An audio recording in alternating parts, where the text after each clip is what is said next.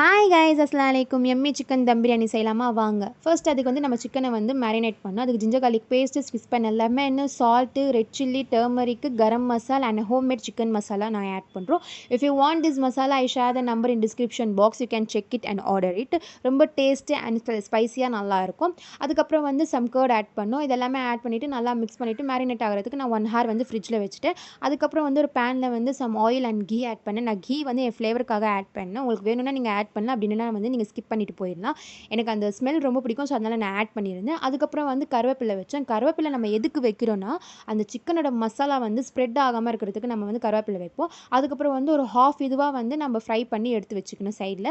அப்புறம் ஒரு கடாயில் வந்து எண்ணெய் ஊற்றி லோங்கு, பட்டை, ஏலக்காய், ஸ்டார்ப்பு, பிரியாணி இலை இதெல்லாமே போட்டு சாப் பண்ணி வச்ச ஆனியன் இதுவும் போட்டு நல்லா வந்து ஃப்ரை பண்ணிக்கணும். அந்த ஆனியன் கலர் சேஞ்ச் ஆகிற வரையும் நல்லா ஃப்ரை பண்ணிவிட்டு ஜிஞ்சர் கார்லிக் பேஸ்ட்டு போடணும். ஜிஞ்சர் கார்லிக் பேஸ்ட்டோட ஸ்மெல் போகிற வரைக்கும் நல்லா வந்து மிக்ஸ் பண்ணி விட்டுக்கணும். அதுக்கப்புறம் வந்து சாப் பண்ணி வச்ச தக்காளி, பச்சை மிளகா, கொத்தமல்லி, புதினா இது எல்லாமே போட்டு அது எல்லாமே வந்து சாஃப்ட்னஸ் ஆகிற வரைக்கும் நல்லா ஃப்ரை பண்ணி எடுத்துக்கணும். அதுக்கப்புறம் நம்ம சைடில் ஃப்ரை பண்ணி வச்ச சிக்கனை வந்து ஆட் பண்ணிடணும்.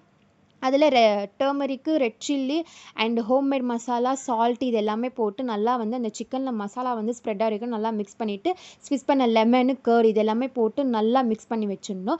நம்ம வந்து அரிசி எவ்வளோ அளவுக்கு எடுக்கிறோமோ அந்த அளவுக்கு வந்து தண்ணியை எடுத்து ஆட் பண்ணிடணும். நாங்கள் வந்து சைடில் அரிசி ஊற வச்சுருந்தேன். யூனிட்டி பாஸ்மதி அரிசி தான் நான் யூஸ் பண்ணேன். ஸோ உங்களுக்கு என்ன வேணுமோ நீங்கள் அரிசி யூஸ் பண்ணிக்கலாம். அதுவும் ஆட் பண்ணிவிட்டு ஃபைனலாக வந்து ஃபுட் கலர் ஆட் பண்ணிவிட்டு தம்க்கு விட்டுட்டோம்.